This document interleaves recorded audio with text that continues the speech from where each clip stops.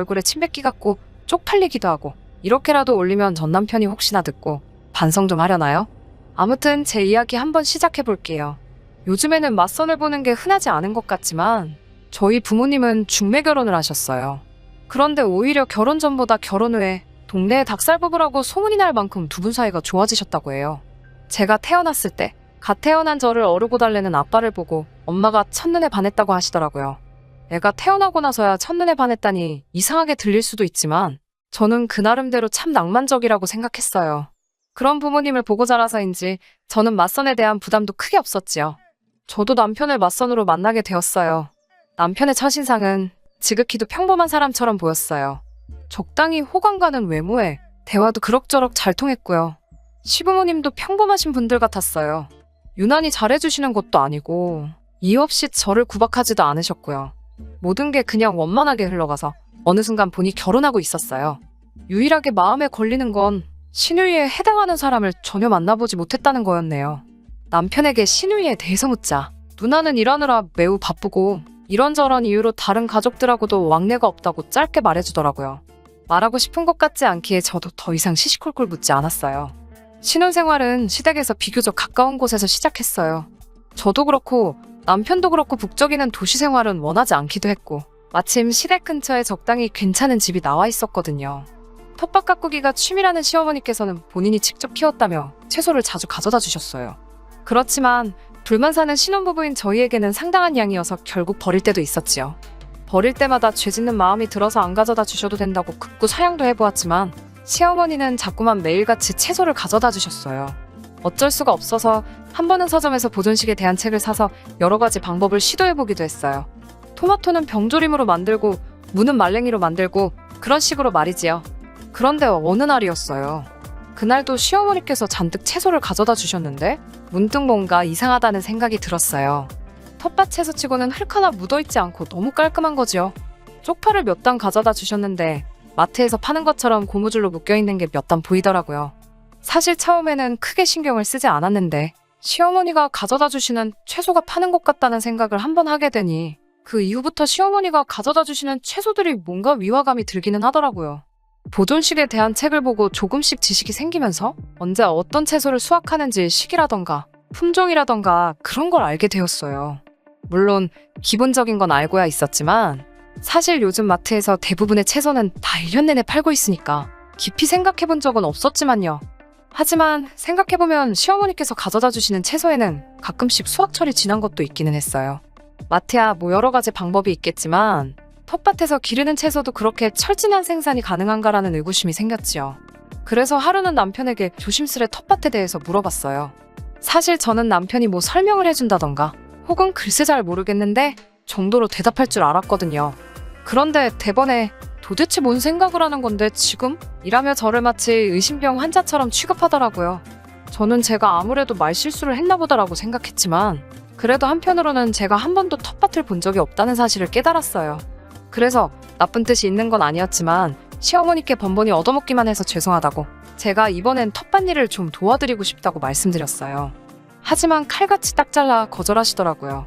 그 이야기를 옆에서 듣고 계시던 시아버지는 그동안 시어머니가 아는 사람이 시어머니한테 채소를 너무 자주 많이 줘서 아들 부부한테도 나눠주고 있는 줄 알고 계셨나 봐요. 그래서인지 제가 텃밭 일을 돕겠다고 제안하자 텃밭? 그게 대체 무슨 말이냐? 는 식으로 반응을 보이시더라고요.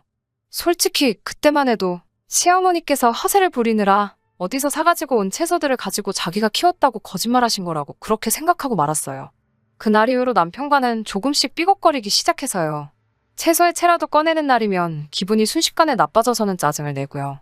더 이상 집안에 둘 곳이 없어서 주변 사람들한테 보존식으로 만든 채소를 나눠주려고 하면 그것도 못하게 하더라고요. 어쩐지 시어머니가 저에게 채소를 준다는 걸 들키기 싫어하는 눈치였어요. 제가 어머님이 우리 생각해서 주신 건데 버리는 것보다 나눠주는 게 낫지 도대체 신보가 왜 그래? 라고 하니 그런 거 따지지 말고 어머니가 주신 성인이 남줄 생각하지 말고 그냥 무조건 받아두라고 하더라고요. 아무 의미 없는 말싸움이 매일같이 반복되기 시작했죠. 날이 갈수록 남편은 별별 사소한 일 가지고도 고함을 치더라고요. 저는 점점 지쳐가고 결국 마음 한구석에서 이제 이 결혼 생활은 무리라는 생각이 들기 시작하더라고요. 그 즈음 시어머니가 경찰에 붙잡혔어요. 청과돔의 창고에서 야채를 훔치고 있었다고 하시네요. 사실 근래에 들어서 좀 이상하다고 느끼는 부분은 있었어요. 이상하게 시어머니가 채소를 들고 오시는 날이면 꼭 집에서 뭔가 하나씩 없어지는 것 같았거든요. 물론 처음에는 저도 제 기억력을 의심했지요. 남편도 벌써 그렇게 깜빡깜빡하면 어떻게 하냐고 저한테 핀잔을 줬고요. 그런데 정말 애매한 물건들만 없어지는 거예요. 처음에는 바나나가 2개가 없어지더니 핸드크림, 수건 같은 사소한 것들이 없어졌어요. 간식으로 사놓은 사탕, 과자들도 없어지고 심지어 냄비 받침도 없어졌어요. 그런데 들으셨다시피 솔직히 아주 값나가고 좋은 물건들이 없어지는 것도 아니니까 그냥 남편이 저 없을 때 어디다 치웠는가 보다 하고 크게 뭐 고민하지는 않았지요. 그런데 하루는 시부모님 댁에 뭘 좀 가져다 드리느라 잠깐 들렸는데 어머님이 집에서 입고 계신 반바지가 어디서 많이 본 것 같더라고요.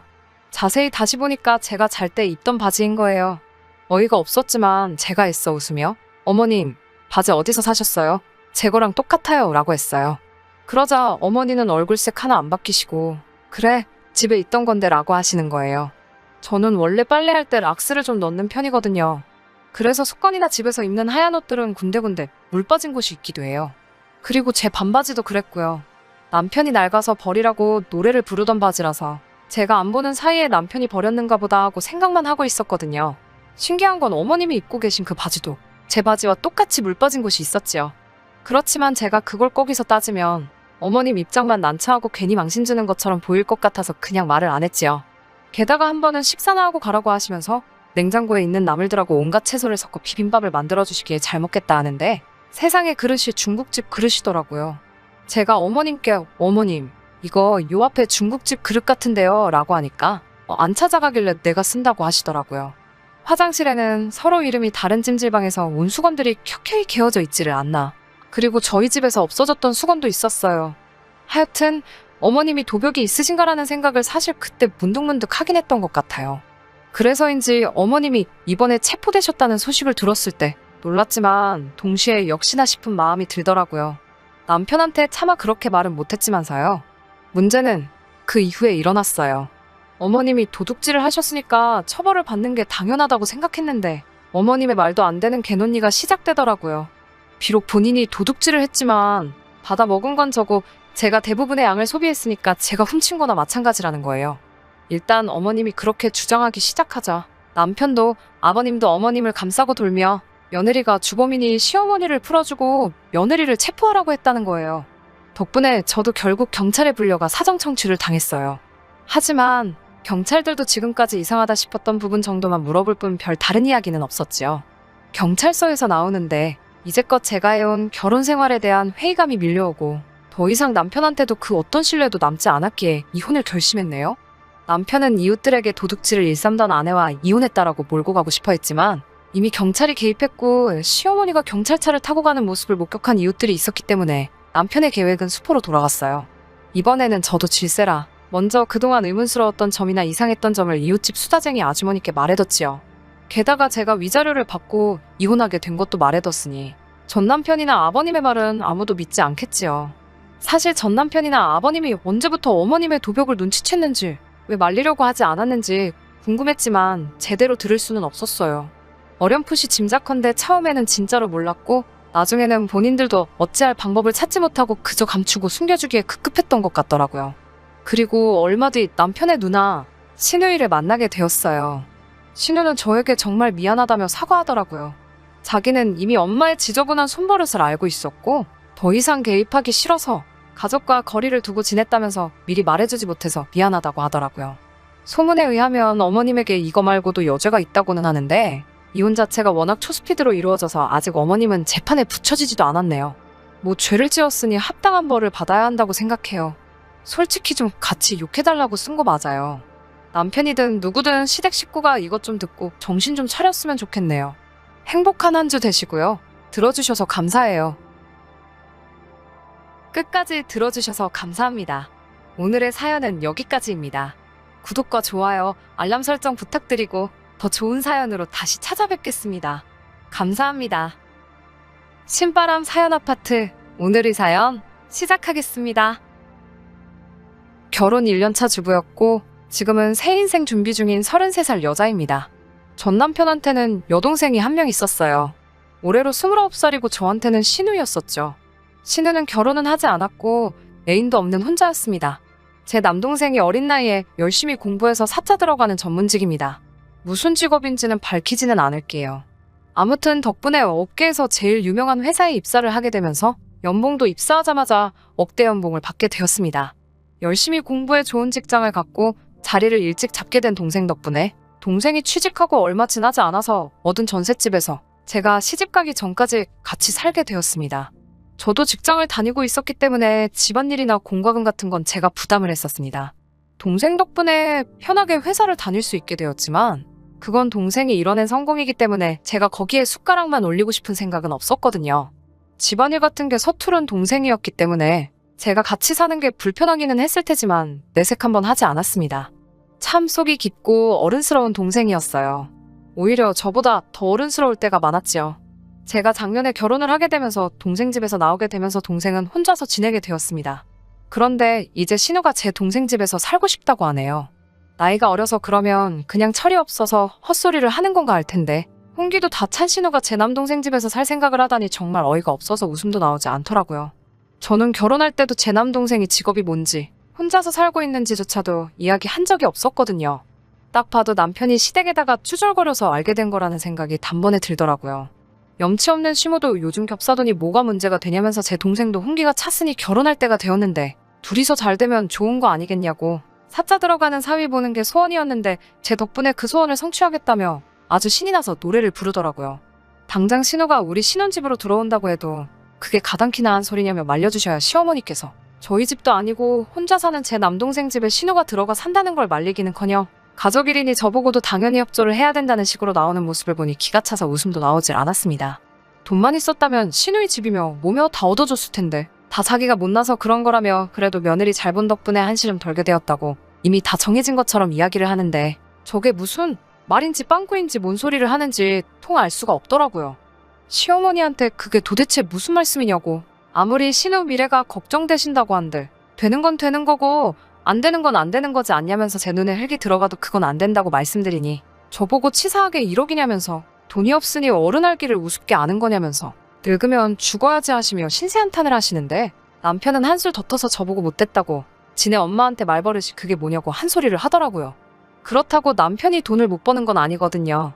물론 제 남동생만큼 버냐고 물으시면 남동생이 버는 거에 반도 못 벌긴 하지만 나름 중견기업에서 과장직책 달고 있고 시댁에 생활비도 넉넉히 보내주는 거? 제가 아무 말도 안 하고 참고 있는데 아주 두 모자가 작정하고 저를 몰아가는데 아주 말이 안 나왔습니다. 두 사람은 그렇다 쳐도 신우도 아주 문제가 많은 사람입니다. 저도 겹사돈이라는 말에 손사래를 쳤지만 신우가 그만큼 정신머리 똑바로 박혀있고 사람 됨됨이가 괜찮으면 공부만 하느라 연애 한번 제대로 못해본 제 동생 어디 정신머리 빠진 여자한테 걸려서 홀딱 뜯어먹히는 꼴 보느니 제가 발벗고 나서서 두 사람을 이어주려 노력이라도 했을 텐데 신우야말로 제가 본 사람 중에 가장 정신머리 빠진 여자 중에서도 손에 꼽을 정도로 별볼일 없는 여자였거든요. 나이도 29살이나 먹어가지고는 직장다운 직장 한 번 가져본 적이 없고 고졸인데다가 그 나이 먹도록 아직도 아르바이트만 전전하면서 입에 풀칠만 겨우 하고 있습니다.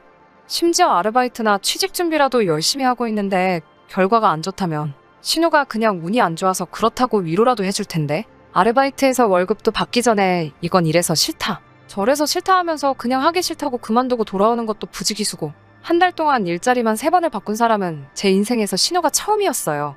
언젠가 제가 다니는 회사에서도 무기계약 사무직을 뽑았었는데 계약직이기는 하지만 일반 사원들하고 비슷하게 대우해주는 데다가 정부 정책 때문에 고졸자를 우대로 뽑는 자리였거든요. 물론 계약직이기 때문에 승진 같은 건 따로 없기는 하지만 신우한테 이것보다 좋은 자리는 없을 거라고 생각해서 신우 생각에 제가 남편하고 신우까지 설득해가며 제 돈으로 학원비까지 내줘가면서 자격증 따게 만들어주고 하며 취직을 도와줬습니다. 월급도 시작이 250 정도라서 조건도 좋은 편이었으니 시어머니도 하기 싫다는 신우를 닥달해서 겨우겨우 달래가며 학원을 보내 자격증까지 따게 만들어줬고요. 겨우겨우 최종 면접까지 어떻게 인사팀 사람들 구워 삶아가며 올려놨어요. 신우한테 최종 면접 전날에 힘내라고 응원해주러 찾아갔더니 글쎄 머리를 금발로 탈색을 해버렸더라고요.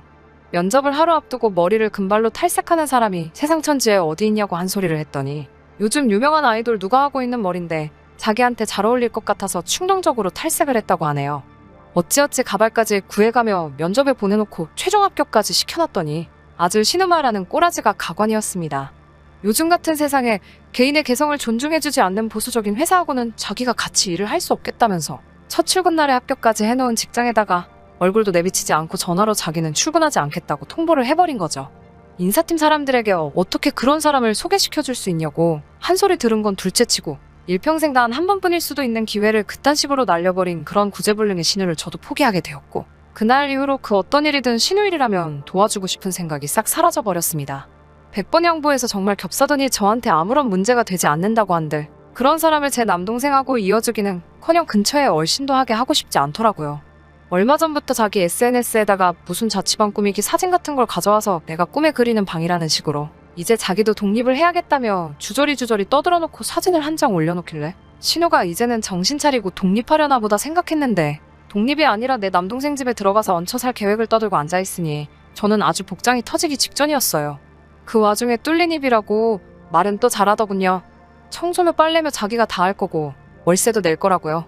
제가 시집 가기 전에 동생이 집안일 잘 못한다는 이유로 같이 살지 않았냐고, 오히려 자기가 들어와 사는 걸 제 남동생이 고맙게 여겨야 하는 것 아니냐며 말도 안 되는 소리를 하길래 신우와 시댁 식구들에게 제발 그만 좀 하라고 하고 대화를 마무리 지었는데, 그날 저녁에 남편이 그새를 못 참고 제 동생한테 전화를 했나봐요. 애가 철은 없지만 좀 부탁 좀 한다고요. 구제불능 혹 같은 신우 집에서 떼어내버리고 싶은 마음은 10분 이해하지만 시모가 시모 입으로 겹사도 운운하면서 둘이 어떻게 이어주고 싶어하는 심보를 뻔히 알고 있는데, 신우가 그 집에 들어가 살게 되면 제 남동생한테 어떻게 할지가 눈에 다 보였어요. 남동생이 제게 전화로 이야기해주길 남편이 동생에게 다른 사람도 아니고 매형 동생이지 않냐고, 가족이라고 생각하고 딱 1년만 같이 살면서 도와줄 수 없냐고까지 말을 했다고 하네요. 남동생 직업은 좋지만 공부만 하느라 어수룩해서 남편 말에 수락을 하지 않았나 걱정했더니 매형까지는 자기 가족이라고 생각하지만 매형 가족들은 엄밀히 말하면 가족이 아니지 않느냐며 그런 부탁하지 말아달라고 미안하다 말하고 전화를 끊었다고 하네요. 그러고 나서도 저보고 매형한테 매형 기분 상하지 않게 잘 설명해달라고 끝까지 본인 걱정보다 매형 걱정, 그리고 제 걱정을 하는 모습이 참 상하면서도 한편으로는 그런 걸 남편이라고 데리고 살고 있었다는 현실이 다 부끄럽더라고요. 남동생과 전화를 끝내고 그 길로 남편을 불러서 동생한테 그런 부탁한 게 사실이냐고 물었더니 남편은 제 동생도 아주 못됐다고 하면서 너랑 어쩜 그렇게 똑같냐고, 너네 가족들은 정말 사람 냄새가 나질 않는다고 정이 없다며 입에 거품을 물어가면서 서운하다는 말을 하는데, 진짜 얼굴에 주먹을 꽂아버리고 싶은 생각밖에 들지가 않더라고요. 남편과 대판 싸우고 나서 그 길로 짐 싸서 신우 대신에 제가 남동생 집으로 들어왔어요. 분이 안 풀려서 동생 집에서도 아직 결혼을 잘못했다고 씩씩대고 있는데, 남편한테 전화가 와서는 이게 집까지 나갈 일이냐며 끝까지 가족끼리 이 정도는 해줄 수 있는 것 아니냐고 징징대더라고요. 저 혹덩어리를 저나 제 가족들에게 떠넘길 계획이 있는 줄 알았으면 애초에 결혼 안 했을 거라고, 신우의 앞날이 그렇게 걱정되면 제가 떠날 테니 너가 신우 뒷바라지 하면서 시집도 보내고 취직도 시켜주고 어디 한번 잘 살아보라고 한마디 했어요.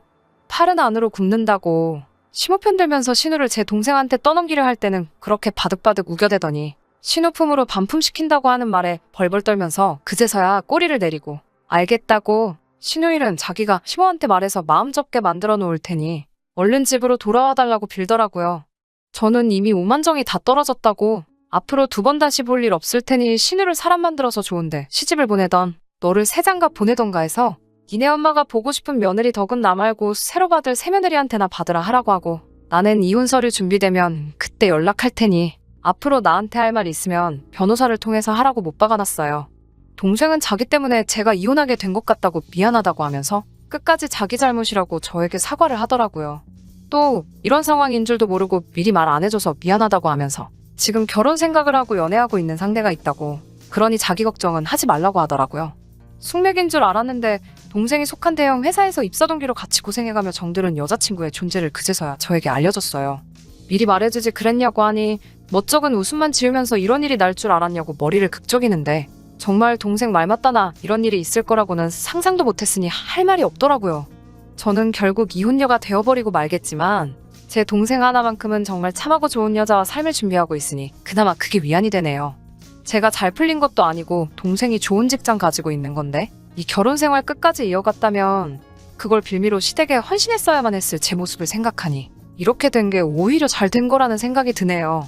이 사단의 모든 원흉인 신우는 이 일로 정신을 차린 건지 저에게 자기 생각이 짧았다며 미안하다고 사과해왔고, 머리도 다시 검은색으로 염색했다고, 혹시 그 취직 자리에 아직 기회가 있다면 저보고 다시 한번 주선해줄 수 있냐고 부탁을 해오더군요. 너네 가족들은 왜 기차가 떠나고 나서 잡으려고 하는 거냐고. 그거 혹시 집안 유전 아니냐고. 다들 이참에 인생 공부 처음부터 다시 하는 게 어떻겠냐고 말해주니 그게 그 집구석하고 마지막 나눈 이야기인데 그래도 남편 가족이라고 그간 참아왔던 말을 한 번에 다 쏟아내고 나니 마음 하나만큼은 정말 후련하네요. 동생은 곧 결혼식을 올릴 것 같고 저도 새로운 인생을 준비 중입니다. 동생의 회사 사람은 아니지만 동생이 같이 공부하던 시절에 알던 사람이 있다고 저한테 소개를 시켜준다고 저보고 한번 만나볼 생각이 없냐고 물어오네요. 물론 그 사람들도 가족이 어떤지는 만나봐야 알겠죠. 하지만 이제 이렇게 새 인생을 시작하게 되었는데 이제는 좀 더 신중하게 결정해서 또 같은 실수를 반복하지 않게 저도 사람을 보는 안목을 길러야 할 것 같습니다. 끝까지 들어주셔서 감사합니다. 오늘의 사연은 여기까지입니다. 구독과 좋아요, 알람 설정 부탁드리고 더 좋은 사연으로 다시 찾아뵙겠습니다. 감사합니다. 신바람 사연 아파트 오늘의 사연 시작하겠습니다. 안녕하세요. 저는 29살 결혼을 앞두고 있던 여자입니다. 남자친구와 이대로 헤어진다는 생각만 해도 눈물이 나는데 한편으로는 결혼할 생각에 한껏 부풀어 있던 제 자신한테 화가 나고 그동안의 시간이 너무 아깝고 그렇네요. 자랑은 아니지만 저희 집은 경제적으로 모자란 편이 아니에요. 원래는 대학교에 입학하게 되면 미국에 있는 대학교로 유학을 떠나려고 했는데 조기 교육이 중요하다는 말에 고등학생이 되던 해에 저 혼자 미국 유학길에 올랐습니다. 미국인 노부부의 집에서 홈스테이를 하면서 고등학교를 졸업했고 대학교에 들어가고부터는 기숙사 생활을 했어요. 아이비리그까지는 아니지만 나름 상위권 미국 대학에서 졸업을 하게 되었고 대학을 졸업하면서 미국에 있는 몇 개의 유망한 기업에서 러브콜이 들어왔지만 한국이 그리워서 귀국을 하게 되었습니다. 한국에 돌아와서는 부모님 집으로 다시 들어가면서 대기업에 취직하게 되었습니다.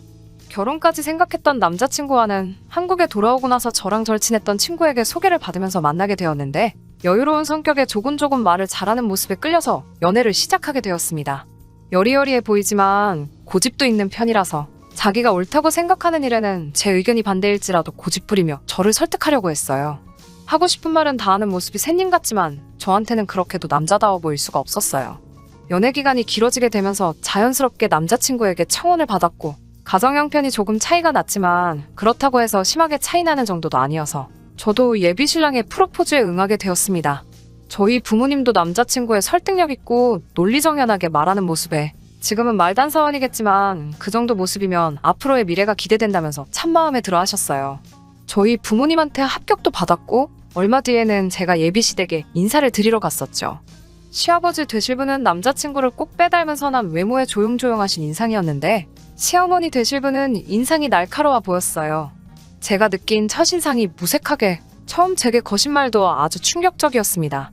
대뜸 저를 보시자마자 고등학교부터 혼자 유학생활을 했다고 들었는데 돈이 많게 생겼다고 하시네요. 첫 인상이 돈 많게 생겼다는 말은 조금 예의에 어긋나잖아요.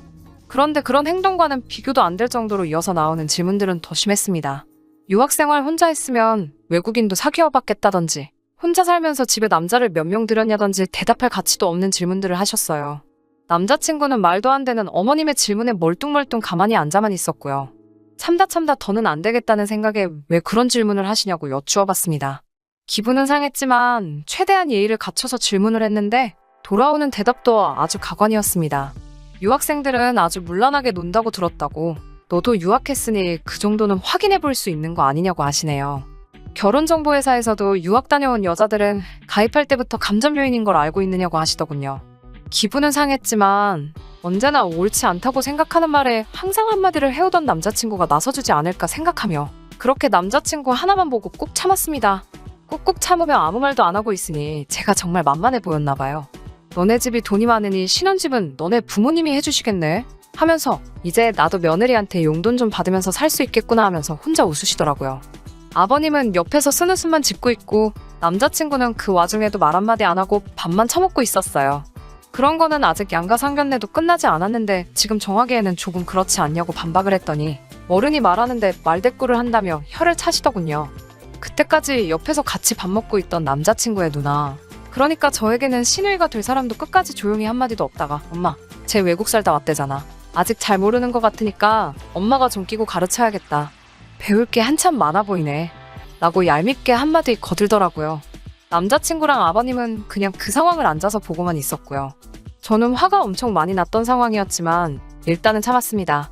식사 자리가 끝나고 자리에서 일어나는데 어머님이 남자친구한테 우리 귀한 아들 어떻게 장가를 보내냐. 정말 눈물이 다 나네라고 하시는데 저도 우리 집에서 귀하게 자란 딸인데 저를 앞에 두고 어떻게 그런 말을 하실 수 있는가 싶더라고요.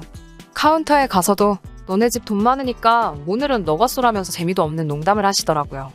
여태까지 보여준 태도의 농담인지 진담인지 모르겠어서 우물쭈물 하고 있으니 그래도 아버님께서 그 정도 했으면 됐다고 하시며 식사 계산은 하셨습니다. 앞으로 며느리가 될지도 모르는 저한테 돈 10만 원이 아까워서 안절부절 못하는 모습에 크게 실망을 했어요.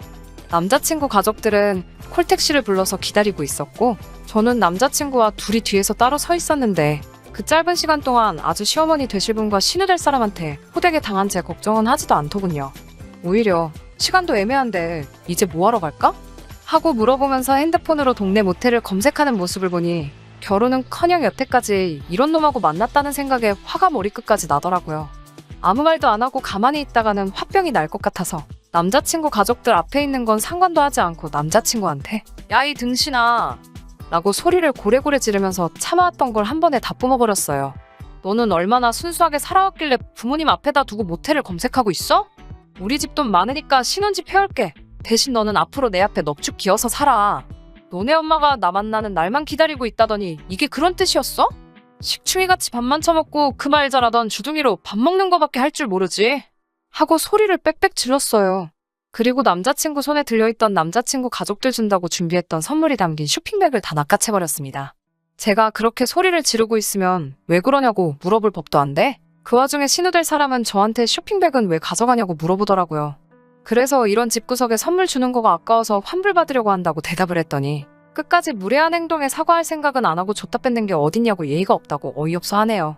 어머님한테도 우리 부모님도 하나뿐인 귀한 딸 이런 집에 시집 안 보내고 싶으실 것 같다고 소리치고 그 자리를 벗어났습니다. 제가 시야에서 멀어지는데도 남자친구는 저를 잡으러 올 생각도 안 하더라고요. 정말 혼자 칼바람을 맞으며 걸어가는데 눈물이 마르지를 않더라고요. 그 자리에 온통 남자친구 가족들 뿐이었는데 정말 단 한순간이라도 내 편 안 들어주는 모습을 보니 결혼하고 나면 어떤 꼬라지가 될지 눈에 선하더라고요. 남자친구가 그날 저녁에 우리 헤어진 거야? 하고 찌질하게 물어보길래 앞으로 연락도 하지 말라고 하고 차단을 해버렸는데 1시간쯤 뒤에 남자친구 어머니한테 단둘이 이야기 좀 하자고 문자를 보내시더라고요. 답장은 아직 안 했어요. 이대로 쭉 무시를 하는 게 맞는 거겠죠? 정말 아직도 분이 안 풀려서 생각만 해도 화가 나요. 부모님은 그냥 연락할 생각 하지 말고 좋은 자리 많으니 알아봐 주신다고 하는데 아직도 어떻게 해야 할지 모르겠네요. 많은 분들이 요청을 해주셔서 후기도 이렇게 보내드려요. 계속해서 오는 연락도 쉽고 그냥 앞으로 안 보겠다고 다짐을 했는데 남자친구가 말해줬는지 어머님이 제 퇴근 시간에 맞춰서 회사 앞으로 올 테니 잠깐 얼굴 좀 보자고 연락이 왔어요. 이렇게 계속 무시하면서 피하는 것만이 상책은 아니라고 생각해서 확실히 단판을 지으려고 만나기로 했습니다. 이미 마음이 떠난 지는 오래되었기 때문에 그 자리에서 제 마음을 다시 돌린다거나 할 생각은 없었어요. 혹시나 해서 세연이한테 연락해서 만나기로 한 카페로 와줄 수 있냐고 물어봤어요. 제 오빠가 성격이 불같은 게 있어서 괜히 오빠를 불렀다가는 일이 더 커질 수도 있다고 생각했거든요. 퇴근하고 나서 만나기로 한 카페에 가보니 어머님하고 남자친구가 같이 있었어요. 세연이는 아직 도착하지 않은 상황이었고요. 세연이 올 때까지 기다릴까 하다가 저도 성질이 조금 급한 게 있어서 그냥 카페 안으로 들어가 두 사람 앞에 앉았습니다. 그렇게 얼굴 보고 이야기하자고 해서 무슨 이야기를 하려나 했는데 이 자리에 사과받으러 오셨다고 하네요. 어이가 없어서 그 상황에서 제가 사과까지 해야 하나요? 하고 이야기를 했더니 어른이 고가운 소리 몇 마디 좀 했다고 어른들 다 있는 데서 남의 집 귀한 자식한테 욕하고 그러는 건 조금 예의가 없다. 결혼 허락받으러 온 자리에서 저의 행동은 용납할 수 없는 행동이다. 외국에서 오래 살아서 그런 걸 잘 모르나 본데 지금 사과하면 받아줄 테니 얼른 사과를 하고 처음부터 다시 시작하자 라고 하시네요. 본인이 한 말이 듣기 싫은 소리일 수도 있겠지만 틀린 소리 하나도 없다고 하시며 또 그 결혼정보업체에서 유학 다녀온 여자가 감점 요인이란 걸 알고나 있느냐며 그래도 우리 아들이 너랑 결혼하고 싶다고 하니 아들 얼굴 봐서 한 수 접어주고 결혼 전에 행실이 어땠는지 알아보고자 한 말인데 그걸 가지고 그러는 걸 보니 문란하게 살아온 게 맞으니 제가 속으로 찔려서 그러는 게 아니냐며 저의 태도를 보니 어떻게 몸을 굴렸는지 안 봐도 뻔하다고 하십니다. 집 해오라고 한 말도 그냥 지나가는 이야기로 한 말이고 너가 말한 대로 너랑 나눌 이야기도 아니니 상견례가 진행되면 그때 너네 부모님하고 이야기를 하겠다고 하시네요. 단 한 개의 사과도 없이 제 행동을 하나하나 지적해가며 이건 제가 이래서 잘못했네, 저래서 잘못했네 하며 저보고 사과를 하라고 강요하는 모습에 머리 빠져서 한마디도 대꾸하지 않고 무슨 이야기를 하는 건가 듣기만 했네요. 남자친구가 고집안 꺾고 어떻게든 저를 설득시키려 했던 장정 같던 모습이 어디서 배워먹은 성격인지 단번에 알겠더라고요. 그 말을 다 들으니 정말 마음 한구석에 남자친구에게 남아있던 정내미마저 뚝 떨어지게 해주셨어요. 차라리 이런 식으로 나오니 저는 오히려 더 고마웠습니다. 저도 이제 말 가려서 할 필요가 없으니 그 아줌마를 향해서 한마디 마음에 아껴놓았던 말을 시작했습니다. 우리 집 잘 사는 거 맞아요. 집이며 참여 운수에 예단까지 원하는 대로 다 해올 수 있습니다. 라고 말을 먼저 시작했습니다. 집에 차까지 해온다는 말에 아줌마는 이어질 말은 생각도 안 하고 기분이 좋아졌는지 그거는 어른들끼리 만나서 천천히 이야기해야 맞지 라고 하면서 싱글벙글 표정을 숨기지 못하겠더라고요. 그 반응에 저는 하지만 우리 부모님 만날 일은 앞으로 없을 테니 집이며 원하는 거 전부 다 해올 수 있는 며느리는 다른 데서 찾으셔야겠다고 말해줬어요. 우리 부모님이 집안 형편 차이 나는 사위까지는 좋게 이해해 주시려고 했는데 학벌 차이 나고 못 배워먹은 사위는 보기 싫다고 하신다고. 착하기라도 하면 데려다 살겠는데 어머니 꼬라지를 보니 가정교육도 제대로 못 받은 것 같아서 이대로 끝내는 게 맞겠다고 하셨다고요. 사과를 할 건 제가 아니고 그날 무례한 질문을 한 아줌마가 저한테 사과를 하는 게 맞고 이런 말 하려고 부른 거면 피차 서로 시간 낭비한 것 같으니 저는 이만 돌아가 보겠다고 했어요. 한참 실랑이를 하면서 언성이 높아지기는 했지만 별다른 사건은 없었습니다. 남자친구는 어느 쪽 편을 들어야 할지 몰라서 가만히 있었다고 하네요. 어머님이랑 저랑 실랑이하는 중간에 남자친구가 저랑 헤어지기 싫다고 그냥 어머니한테 사과드리고 처음부터 새로 시작하자고 하는데 어이가 없어서 헛소리하지 말라고 쏘아붙이고 자리에서 일어나 버렸습니다. 그랬더니 아줌마가 저한테 결혼이 장난이냐고, 이렇게 별것도 아닌 걸로 삐쳐서 헤어질 거였으면 애초에 결혼한다고 인사는 왜 왔냐고, 제가 이제 엎드려 빌어도 우리 아들이랑은 더 이상 만나지 못하게 할 거라며 더는 연락하지 말라고 하더라고요. 그 말에 남자친구를 향해서 들었지? 찌질하게 밤마다 연락해서 매달리지 마. 그리고 아까 다른 여자 찾으라는 말은 취소할게. 남의 집 귀한 딸 데려다가 피 말려 죽게 하지 말고 니네 엄마랑 둘이서 평생 살아. 라고 쏘아붙이고 자리에서 떠나는데 남자친구가 제 팔을 확 낚아채버렸네요. 제 팔을 낚아챈 손을 저희 오빠가 갑자기 등장해서 떼어내버리고 저를 데리고 나갔습니다. 언제 왔는지 새언니가 오빠를 데리고 와 있었고 멀찍이 앉아서 상황을 지켜봤다고 하네요. 저 혼자 잘하고 있는 것 같아 개입은 하지 않았고 유사시에 상황만 대비하고 있었다고 합니다. 오빠가 이미 인상을 팍 쓰고 얼굴이 잔뜩 울그락불그락 해져 있으니 아줌마도 전 남자친구도 그 앞에서 아무 말도 못하고 쩔쩔매고만 있었어요. 하고 싶은 말도 다 했는데 아무 말도 못하는 두 사람 그런 꼬라지를 보니 이젠 눈물도 안 나고 오히려 속이 다 후련하고 통쾌하더라고요. 부모님은 그냥 좋은 경험했다 치고 아직 저도 나이가 어리니 똥차가 지나가면 벤츠가 올 거라고 조급하지 말고 젊음을 더 즐기라고 하시네요. 혹시 모를 상황에 대비해 지금은 오빠와 새언니네 집으로 들어가서 오빠랑 같이 출근하고 있습니다. 다행히 그 뒤로 아무런 연락도 없고 마주치지도 않으니 잘 끝난 것 같습니다. 사람 보는 눈이 없던 제가 멍청했지만 정말 이제 와서 생각해보니 결혼하기 전에 그렇게 깽판을 쳐준 그 아줌마한테 고마울 따름입니다. 결혼을 해버렸으면 빼도 박도 못 해버릴 뻔했는데 어떻게 보면 새 출발할 수 있게 저를 도와준 거나 다름이 없으니까요. 그래도 오랫동안 만났고 사랑했던 건 진심이니 당분간 마음 한구석만큼은 허전하겠지만 아무리 생각해봐도 이젠 슬픈 것보다 어이없는 기분이 더 크네요.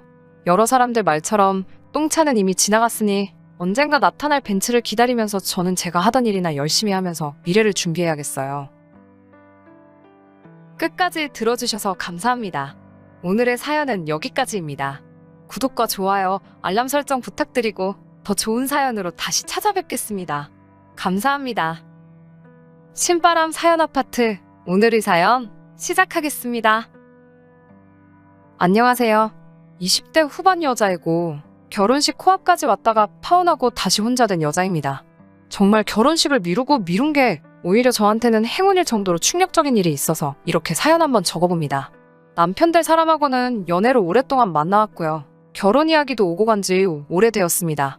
정말 말 그대로 씩만 올리면 모든 게 다 끝난다고 해도 될 정도로 모든 게 끝나 있는 상황이었습니다. 다행히 신혼집은 친정에서 지원금이 더 많았던 관계로 혹시 몰라 제 명의로 해놓았어요. 처음 결혼식을 미루게 된 이유는 코로나 때문입니다. 인원 제한 때문에 축하해주는 사람 수가 제한되는 것은 둘째치고 신랑 신부 제외하고 참석한 모든 이들이 마스크를 쓰고 기념 촬영을 해야 한다는 사실이 너무 안타까웠습니다. 그래도 제 한 번뿐인 결혼식을 축하해주러 온 사람들인데 50명을 넘지 못하는 인원 제한도 문제이긴 하지만 나중에 제 결혼식 앨범을 봤을 때 제 자신이 많이 섭섭할 거라는 생각을 했어요. 그때만 해도 결혼식 연기하는 게 이렇게 길어질 거라는 생각을 하지 못했는데 정말 미루고 미뤘던 결혼식이 신의 한 수가 되어버렸네요. 예비 신랑한테는 형이 한 분 있어요. 남편하고 나이 차이가 10살이나 나는 분이세요. 결혼에 실패하고 혼자 된 지 조금 된 걸로만 알고 있었습니다. 다른 살림 차렸다가 들켜서 이혼하게 되었다는 말은 들었는데 예비 신랑이 저를 두고 바람핀 것도 아니고 저한테만큼은 아주 잘했기 때문에 형 되는 사람이 그런 일로 결혼에 실패를 했다고 하더라도 저한테는 큰 문제가 되지 않았어요. 그런데 아주버님 되실 형님께서 상견례 자리에서도 괜히 한두 마디씩 거두는 게 아주 얄미웠어요. 자기가 결혼을 실패했으면 실패한 거지. 꼭 자기 이야기를 해가면서 한두 마디씩 덧붙이며 앞으로 결혼을 앞둔 커플을 앞에 두고 요즘 결혼이 어쩌고 저쩌고 하면서 자기 실패한 경험담을 늘어놓으면서 이건 이래서 안 되고 저건 저래서 안 된다고 한 소리 하면서 거드는 게 아무리 자기가 결혼에 실패했다고 한들 하물며 하나뿐인 동생의 결혼식인데 좋은 이야기를 해주지는 못할 망정 아주 초를 치고 있는 모습이 꼴불견이더라고요. 그런 아주버님이 저는 당연히 마음에 들지 않았어요. 아무튼 그렇게 결혼식만 남겨두고 모든 준비가 끝마쳐진 상황이었습니다. 하지만 도무지 인원 제한이라는 게 풀릴 것 같지가 않더라고요. 사실상 식을 안 올리고 혼인신고를 안 했다 뿐이지 신혼집에 살림도 차렸었고 부부나 마찬가지였기 때문에 작년 추석에 예비시댁에 인사를 다녀왔습니다. 그런데 그날 아주버님이 어떤 여자분 한 분을 데리고 오셨어요. 일전에 저희 앞에서는 결혼은 안 하는 게 맞다는 식으로 부정적이시던 아주버님이 결혼을 한답시고 어디서 결혼 상대를 구해와서는 이 사람과 재혼을 하겠다고 발표를 하시더군요. 결혼하고 나서도 어차피 아주버님네와는 교류가 없을 거라는 생각에 사실 그때는 아주버님이 재혼을 하든 뭘 하든 크게 신경이 쓰이지 않았습니다. 시부모님이 저희에게 결혼식을 언제쯤 올리는 게 좋겠냐고 물어보는 말에 제가 조금은 더 기다려보고 싶다고 대답을 했습니다. 인원 제한이 조금이라도 완화되면 그때 돼서 하고 싶다고 대답을 했어요. 제 예상이 적중했는지 10월 초쯤인가 해서 접종률이 늘어나서 인원 제한이 완화가 된다는 뉴스 기사를 접하게 되었어요. 하객으로 200명까지 제한이 풀렸다는 말에 이제는 더 이상 미루면 안 되겠다는 생각이 들었습니다. 그때쯤에는 하도 오래 기다렸다 보니 기념 촬영 때 사람들이 마스크를 쓰고 있던지 간에 이제는 저도 하루빨리 결혼식을 올리고 정상적인 부부 생활을 시작하고 싶은 마음뿐이 없었죠. 그런데 아주버님 쪽에서 이 정도 속도면 곧 인원 제한이면 마스크면 전부 다 풀리지 않겠냐고 말하시면서 때를 좀 더 기다려보자고 반대를 해왔습니다. 결혼식을 올리는 건 저였는데 아주버님이 별 걱정을 다 해주신다는 생각이 들었습니다. 저는 식을 더 미루는 게 내키지는 않았지만 그래도 아주버님이 재혼할 상대를 만나 정신을 차렸나 싶기도 하고 시부모님도 마스크 이야기를 하면서 이왕 하는 거면 제대로 하는 게 좋지 않겠냐는 말씀에 저도 한 번 더 기다려보기로 했어요. 그런데 그리고 나서 몇 달이 안 있어서 변이 바이러스의 등장으로 아주 상황이 더 심각해졌어요. 인원 제한이 다시 걸리지는 않았지만 또 괜히 제 결혼식 축하해주러 오신 분들 괜히 병만 얻어갈까봐 식 올리는 게 부담이 되더라고요. 차라리 마음먹었을 때 올릴 거라는 후회가 들었습니다. 그래서 그냥 이참에 미뤄진 김에 그냥 혼인신고 먼저 올리고 차라리 아예 1년 정도 더 기다렸다가 식을 올리는 게 어떻겠냐고 제가 제안을 했습니다. 바로 얼마 전에는 쌍수를 들고 결혼식을 미뤄야 한다고 노래를 부르던 아주버님이 또 말을 바꾸시더니 이제 와서는 결혼식을 빨리 올렸으면 좋겠다고 하시더라고요. 그리고는 아주 충격적인 말을 꺼내왔어요. 그냥 빨리 식을 올리라고 말하면서 식 올리는 김에 자기네들도 같이 해서 합동결혼식을 올리고 싶다고 하시더군요. 알고 봤더니 아주버님과 재혼하실 분도 두 번째 결혼을 상황인데 두 사람 다 이혼에 아주 지대한 공헌을 한 유책 사유자라서 결혼식에 초대할 만한 하객이 없어서 결혼식을 어떻게 하나 걱정하고 있었는데 이참에 저희 식날에 같이 준비해서 하면 좋겠다고 설명을 하더군요. 그렇게만 해주면 결혼식 비용도 전부 부담해주고 축의금 들어오는 것도 전부 저희들 앞으로 해줄 테니 잘 생각해보라고 하더군요. 집으로 돌아오는 차 안에서 예비 신랑과 이 사건에 대해서 이야기했어요. 저는 당연히 무슨 말도 안 되는 소리냐며 당연히 예비 신랑 쪽에서 칼같이 거절해줄 거라고 생각했는데 예비 신랑은 오히려 긍정적인 반응으로 나와서 놀랐습니다. 결혼식 비용이 부담이 큰 건 사실이지만 친정 쪽에서 집도 거의 다 해준 거나 마찬가지였기 때문에 결혼식 비용은 예비 신랑 쪽에서 내기로 했었거든요. 솔직히 어이가 없었습니다. 그까짓 결혼식 비용 얼마 아끼자고 인생에 한 번뿐인 결혼식을 아주버님이 비용을 부담해 주신다는 이유로 합동결혼식에 찬성을 하는 예비신랑의 모습을 보니 정이 다 떨어지더라고요. 아무리 재혼이고 부를 하객이 없어서라지만 저와 친정 쪽 하객들이 다 보는 앞에서 그런 식으로 합동결혼식을 올리는 것 자체를 용납할 수가 없었어요. 하지만 예비신랑은 오히려 그런 형님을 안쓰럽지 않냐고 말하면서 우리가 한번 도와주자는 식으로 저를 설득하려 들더군요. 제가 형님 되실 분이 저랑 알고 지낸 사이도 아니고 그렇다고 몇 번 본 게 전부라 각별한 사이도 아닌데다가 아주버님은 제가 평소에도 탐탁치 않아 하던 사람이었는데 제가 꼭 그 두 사람을 도와줘야만 하는 이유도 없지 않습니까? 게다가 두 사람 다 불륜으로 결혼에 한 번씩 실패한 사람들이고 그것 때문에 면이 안 선다고식도 못 올리고 있는 상황인데 알지도 못하는 저희 쪽 하객들의 축하를 받자고 굳이 저희 결혼할 때 같이 숟가락을 얹으려고 한다는 게 이해가 가질 않았어요. 정말 저라면 차라리 안 하면 안 했지 무슨 식을 그렇게 꼭 올려야 하는지도 이해할 수 없었습니다. 저는 내키지 않는다고 대답을 했어요. 하지만 예비신랑은 끝까지 제 눈치를 보면서 제가 싫으면 안 하겠다고 말하기는 해왔지만 예비신랑의 말투는 이미 내켜하지 않는 듯한 저에게 많이 실망을 한 말투였고 자기 형이 너무 불쌍한 사람이라 도와주고 싶고 결혼식 비용도 예비신랑 쪽에서 부담하게 생겼는데 그 돈을 아끼게 되었으니 우리한테도 이득이 아니겠냐는 말을 해오며 끝까지 저를 설득하려 들더군요. 저는 결국 참다 못해 이 결혼을 다시 생각해봐야겠다고 말했더니 예비신랑이 저보고 사람이 마음 씀씀이가 그렇게 박해서 쓰겠냐며 불같이 화를 냈어요. 이미 신혼집에서 같이 살림을 차리고 있는 상황에 그 집에서 꼴도 보기 싫은 예비신랑하고 하루라도 있는 게 내키지 않아 짐 싸서 친정으로 향했습니다. 친정에 들어가니 저희 부모님이 전후 사정을 들으시고는 너가 이 결혼해서 모자라게 한 게 뭐가 있냐고 다시 짐 싸들고 집으로 들어가라고 하시더라고요. 짐 싸들고 본가로 돌아가야 할 건 너가 아니고 박서방이라고 하시면서요. 이렇게 제가 벌써부터 이런 사소한 걸로 친정으로 짐 싸들고 들어가면 주도권을 예비신랑한테 주는 거나 마찬가지니 싫은 건 싫다고 딱 잘라 강하게 나가라 하시더라고요. 그래서 다시 돌아가기 싫었지만 신혼집으로 다시 들어갔습니다. 짐 싸들고 나갔던 제가 하루도 안 돼서 다시 짐 들고 돌아왔으니 예비신랑은 제가 꼬리 내리고 돌아온 건 줄 알고 기구만장해져서 큰 소리를 치면서 이제 생각이 바뀌었냐고 하면서 비아냥대더라고요. 저는 그러고 있는 예비신랑에게 당장 짐 빼라고 소리를 질렀습니다. 사실 파혼할 생각까지는 없었고 처음에는 그냥 아주버님네와 합동결혼식을 하는 것만 피해가려고 했는데 상황 파악도 못하고 저한테 큰 소리를 치고 있는 예비신랑의 모습을 보니 저희 부모님이 말한 대로 이 결혼의 주도권이 자기한테 있는 줄 알고 착각하고 있는 예비신랑의 모습에 오만정이 다 떨어졌어요. 물론 신혼집에 예비신랑이 모아놓은 돈도 들어가 있기는 했는데 대부분을 혼수에 지출을 해서 그 비중이 그렇게 크지 않았습니다. 예비신랑한테는 집에 묶인 돈이며 혼수도 그대로 다 돌려줄 테니 그 돈으로 그 좋아하는 형님 결혼식을 시켜주던지 말던지 하고 저랑은 이제 그만 끝내자고 호통을 쳤어요. 예비신랑은 끝까지 저한테 잘못했다고 하지 않고 저보고 사람이 아주 못돼 처먹었다며 쓴소리를 하고 시댁으로 들어갔습니다. 저를 두 번 다시 안 볼 것처럼 행동하던 예비신랑은 하루도 지나지 않아서 사람이 아주 바뀌어가지고는 저에게 잘못했다고 빌기 시작하더군요. 전화로 시부모님하고 형님까지 동원해서 집으로 찾아오겠다는 말에 오지 말라고 했는데 기어코 오겠다고 하네요.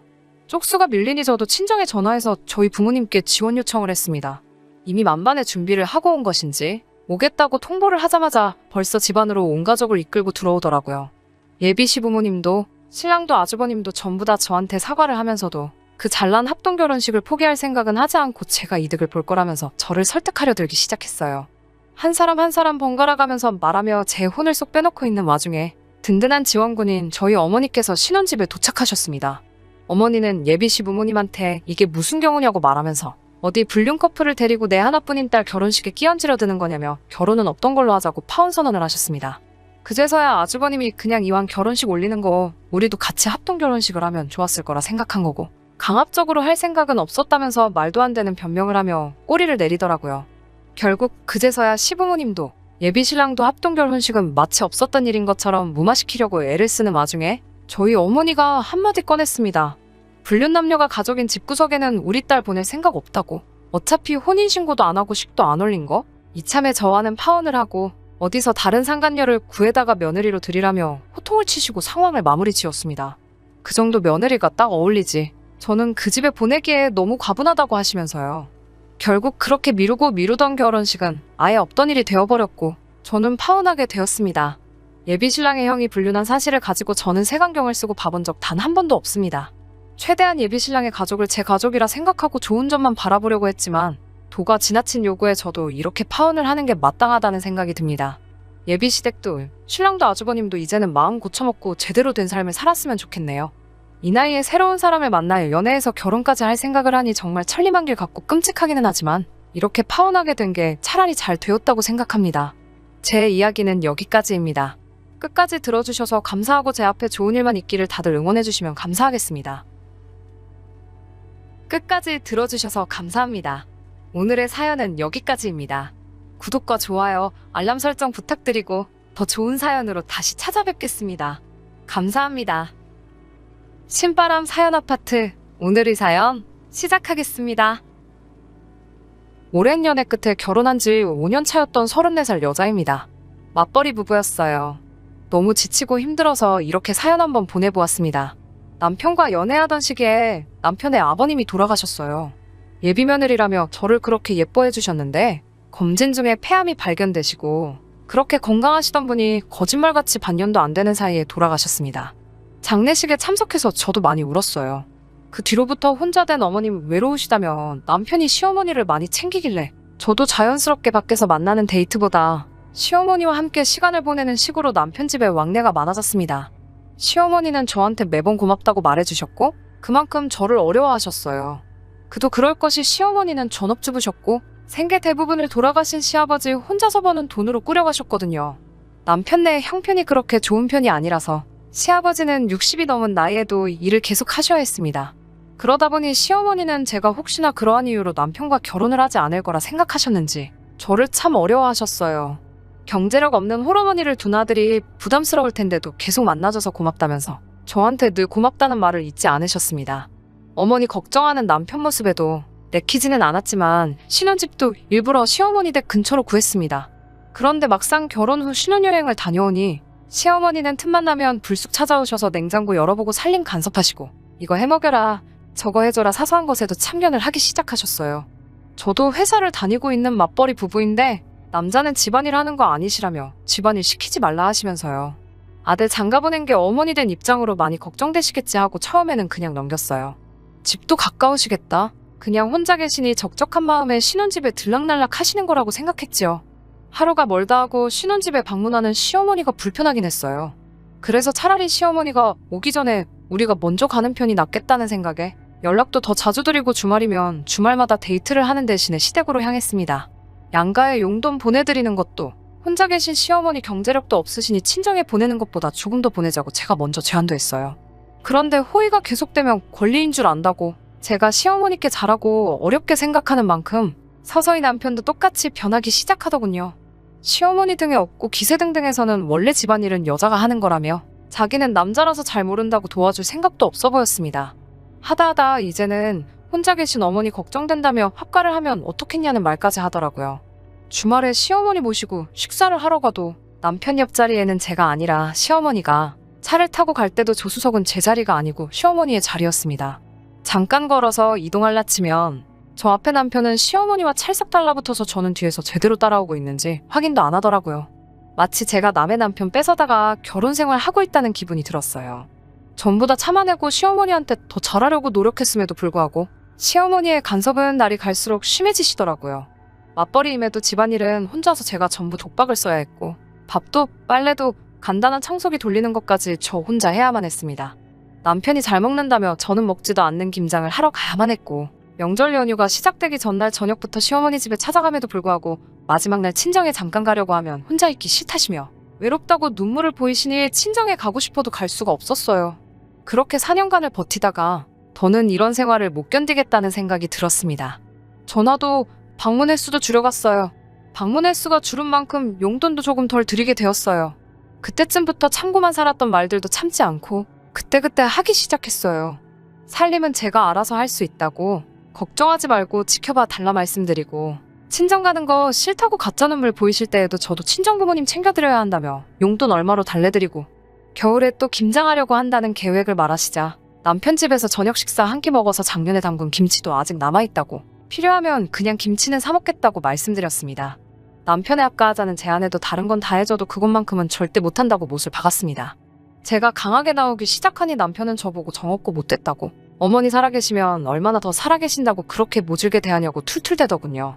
시어머니 그때 당시 겨우 환갑 지나셨고 워낙 정정하신 데다가 기운도 좋으셨는데 남편 눈에는 참 약하게 보였나 봐요. 그때쯤 저희 친정아버지도 암 진단을 받으셨어요.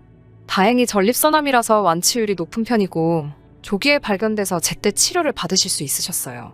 병원에 입원해 계셨는데 친정아버지께서 입원해 계신 큰 병원이 저희 신혼집에서 가까운 편이라서 가끔씩 친정엄마가 병원에 갈 수 없는 날에는 제가 퇴근길에 들려 아버지 병수발을 들어드리고는 했습니다. 그날도 혼자서 병원 다녀왔다가 씁쓸한 마음으로 집으로 돌아왔는데 현관문 앞에서부터 집에서 고기 구워 먹는 냄새가 나더라고요. 문 열고 들어가 보니 커다란 캐리어 2개가 신발장 앞에 세워져 있고 거실에서 시어머니와 남편은 소고기를 사다가 구워 먹고 있네요. 그때 이미 한번 화가 났지만 꾹 참고 시어머니께 어쩐 일이시냐고 여쭤봤어요. 너무 외로워서 아들집에 며칠 있으려고 전화했는데 우리 효자 아들이 냉큼 모시러 왔다며 자랑하듯 말하시더라고요. 그러면서 저보고는 이 늦은 시간까지 어딜 쏘다니다 오냐고, 원래 몇 일만 보내다가 가려고 했는데 이참에 한두어 달 머무르면서 저한테 살림하는 법이랑 며느리 도리를 좀 가르쳐줘야겠다고 하십니다. 친정아버지 이번에 계신 동안 피곤하다는 이유로 평일이건 주말이건 집구석에 처박혀서 병문안 한 번 따라간 적 없는 남편도 옆에서 맞장구를 치면서 맞아 자기는 일단 우리 엄마한테 반찬하는 법 좀 배워야겠어 하면서 킬킬대고 있더군요. 그 순간 정말 그 자리에 있는 밥상이건 불판이건 뒤집어 엎어버릴 것 같아 꾹꾹 참아내며 대꾸도 없이 방으로 들어갔습니다. 문 닫아놓고 속에 넘쳐나는 화를 죽이고 있는데 남편은 대번에 방으로 따라 들어오더니 너 지금 이게 뭐하는 싸가지냐면서 예의가 없어도 너무 없는 것 아니냐고 화를 내더군요. 말도 없이 어딜 나갔다 왔냐고, 집에 늦게 기어 들어왔으면 걱정하고 있던 사람들한테 사과부터 하는 게 예의 아니겠냐고 트집을 잡으며 성질을 부렸어요. 정말 그 순간만큼은 억눌렀던 화가 터져 나오면서 참을 수가 없더라고요. 신나게 고기 구워서 처먹고 있었으면서 걱정을 했다는 말이 참 어이가 없었습니다. 우리 아버지 병문안 다녀오는 날인 거 몰랐냐고, 따라오는 건 바라지도 않지만 어떻게 장인어른 병문안 가는 날도 그렇게 쏙 까먹고 있을 수 있냐고 한마디 했어요. 그러자 친정아버지가 아파봤자 얼마나 아프냐고 대꾸를 하네요. 자기 아버지 폐암으로 손도 못 쓰고 돌아가신 건 기억을 못하는 건지, 아무리 치료율이 높은 암이라도 그렇지 무슨 감기 환자 대하듯이 말하는데 어이가 없어서 저도 그때부터 말투가 날카로워지기 시작했습니다. 방 안에서 언성이 높아지니 시어머니가 따라 들어와서는 저보고 뭘 잘했다고 큰 소리를 내고 있냐고 거드시더군요. 친정아버지 이번 한 건 친정에서 챙겨야지, 출가 외인인 제가 뭐하러 신경을 쓰냐며 남편 밥때가 되었으면 냉큼 들어와서 밥을 차려야 하는 것 아니냐고 말씀을 하시더군요. 이미 저 빼놓고 둘이서 소고기 구워 먹고 있었으면서 엄마 아니었으면 쫄딱 굶을 뻔했다면서 한마디 보태며 제 신경을 계속 긁었어요. 엄마 밥이 그렇게 좋으면 평생 엄마가 해주는 밥 먹고 살라고 말하고 그 자리에서 고래고래 소리를 지르고 있으니 지들이 너무했나 싶었는지 갑자기 조용해지더니 저를 두고 다시 밖으로 나갔습니다. 방문 닫고 혼자서 감정 좀 추스르고 있는데 이내 밖에서 다시 브루스타에 불 켜는 소리가 들리더니 아까 먹던 소고기를 마저 구워 먹으면서 하하호 떠들고 있네요. 그 길로 방문을 발로 차듯 열어 제껴서 시어머니 앞으로 성큼성큼 걸어갔어요. 시어머니 제 모습에 놀라서 주춤하셨는데 저는 당황하는 시어머니 앞에 서서 어머님 죄송합니다 하고 사과를 드렸습니다. 제가 사과를 하니 남편이 기고만장해져서는 앞으로 똑바로 하라면서 우쭐대고 있더군요. 남편은 무시하고 시어머니께 말을 이어갔습니다. 어머님 아들 뺏어오는 게 아니었는데 아직 엄마 품이 그렇게도 좋은 남자인 줄도 모르고 제가 데려와서 죄송합니다. 혼자 되신 게 안쓰러워 집도 가까이 구하고 친정어머니한테 하듯 효도하려고 했는데 어머님께 필요한 건 효도가 아니라 아들이었네요. 어머님도 제가 아들 데려가서 많이 외로우셨을 거라는 걸 생각도 못했어요. 정말로 죄송합니다. 아들은 다시 돌려드릴 테니 이제 외롭지 않게 매일같이 품에 끼고 사세요 라고 말씀드리고 다시 방으로 들어가서 큰 가방에 화장품이랑 출근할 때 입을 옷 몇 가지만 쓸어 담아서 그 길로 친정으로 향했습니다. 친정에 도착하니 이미 제 핸드폰에 남편하고 시어머니가 번갈아 가면서 전화랑 카톡을 해대는데 내용을 보니 자기들이 한 행동에 일절 사과의 한마디는 없고 지금이라도 기어들어오면 아무 일도 없었던 걸로 용서해주겠다며 으름장만 놓네요. 며칠 그렇게 친정에서 지내니 그제서야 지가 잘못했다며 일단 얼굴 보고 이야기하자고 했다가 진짜 이럴 거냐며 다시 화를 내기도 하고 이랬다 저랬다 말 바꾸는 모습이 흡사 미친 사람처럼 보였습니다. 친정에는 아버지도 아프신데 걱정거리만 늘리는 것 같아 남편이 출장 중이라서 혼자 집에 있으니 무서워서 친정에서 며칠 지내다 가려고 왔다고 말씀드렸지만 아무리 생각해도 돌아갈 자신이 생기지 않아 이혼을 하려고 한다고 말씀드렸습니다. 친정어머니는 제가 짐 싸들고 온 순간부터 이미 눈치를 채고 계셨더라고요. 아무튼 이제 친정에도 이야기를 했겠다. 제가 더 이상 참아야 할 이유도 숨겨야 할 이유도 없어졌습니다. 남편에게 연락해서 이혼하겠다는 의사를 밝혔어요. 앞으로 저한테 따로 연락할 건 없고 할 말이 있으면 변호사를 통해서 해줬으면 좋겠다고 못을 박았어요. 남편도 저한테 소리를 고래고래 지르며 어디 한번 해보라는 식으로 나왔습니다. 친정에 온 지도 어느덧 3개월째인데 남편이 호락호락 물러나지 않을 거라고 생각했는데 전화와 카톡으로 매일같이 폭언을 일삼아준 덕분에 증거 수집은 정말로 쉽게 끝나버렸네요. 그런데 얼마 전에 시어머니한테 전화가 왔습니다. 남편 빼놓고 둘이서 만나자고요. 시어머니 그제서야 그동안 제가 며느리로서 얼마나 잘했는지 칭찬을 하시면서 자기가 잘못 생각했다며 그날의 일을 후회하고 있다고 저에게 사과를 하시네요. 저는 이미 마음 굳혔다는 말씀을 드려도 평소 같으면 어디다 따박따박 말대꾸를 하냐며 화를 내실 분이 제 심정 다 이해한다고 하시면서 그래도 어떻게 안 되겠냐는 식으로 저에게 빌다시피 하시더군요. 솔직히 그때 조금만 더 시어머니하고 이야기했으면 없었던 일로 돌아갈 뻔도 했습니다. 제가 미쳤죠. 그런데 다행히 저한테 빌듯이 사과하고 있는 시어머니 앞에 전화가 한 통 걸려오더군요. 남편이었습니다. 귀가 잘 안 들리셔서 전화기 볼륨을 어찌나 크게 해놓으셨는지 마주 앉아 있는데도 남편 목소리가 다 들리더군요. 남편은 전화기 너머로 밥솥에 밥이 없다고? 어떻게 밥도 안 해놓고 나갈 수 있냐고 하면서 시어머니를 원망하듯이 투덜대고 있네요. 정신이 확 들더군요. 시어머니가 제 앞에 이렇게까지 사과를 하는 이유를 알겠더라고요. 다시 남편 뒷바라지하며 저녁밥 챙겨주고 자는 거 깨워서 출근시켜주고 아주 똥수발을 들게 생겼으니 그제서야 제 빈자리가 느껴지셨나 봅니다. 남편한테 그거 하나만큼은 고마워요. 그때 시어머니께 전화를 해서 밥 타령만 하지 않았어도 시어머니 사과에 거의 넘어갈 뻔했었으니까요. 아, 하나 더 고마운 게 있네요. 정신 못 차리고 문자며 전화로 매일같이 저한테 욕짓거리를 해준 덕분에 이혼하는데 따로 증거 수집을 할 필요도 없게 도와줬으니까요. 시어머니께 웃으면서 한 말씀 드렸습니다. 그렇게 원하시던 대로 이제 아들하고 둘이 지내시니 시끌벅적 아주 살맛 나시겠다고요. 이제 명절날 친정 가려고 하는 며느리도 없고 영원히 아들 곁에 두고 지내시게 되었는데 기분이 어떠시냐고요. 저는 다시 한번 이혼하기로 한제 결심을 말씀드렸습니다. 남편도 제가 해주는 밥보다 그 좋아하는 엄마 밥 먹을 수 있으니 제가 사라지는 게 모두가 행복한 거라고 말씀드렸어요. 시어머니는 포기하지 않고 끝까지 저보고 다시 한 번만 잘 생각해보라며 눈물까지 보이시더군요. 울먹거리고 있는 시어머니를 카페에 내버려둔 채로 저는 이제 볼 일 없으실 거라고 말씀드리고 제 가방 챙겨서 제 집으로 돌아왔습니다. 투병 중인 아버지 병세도 많이 좋아지셨고 곧 퇴원하실 거예요. 통원 치료를 받기는 하겠지만 이젠 도와줄 수 있는 제가 곁에 있으니 이제 저는 다시 우리 가족들하고 행복하게 살아가려고 합니다. 끝까지 들어주셔서 감사합니다. 오늘의 사연은 여기까지입니다. 구독과 좋아요, 알람 설정 부탁드리고 더 좋은 사연으로 다시 찾아뵙겠습니다. 감사합니다.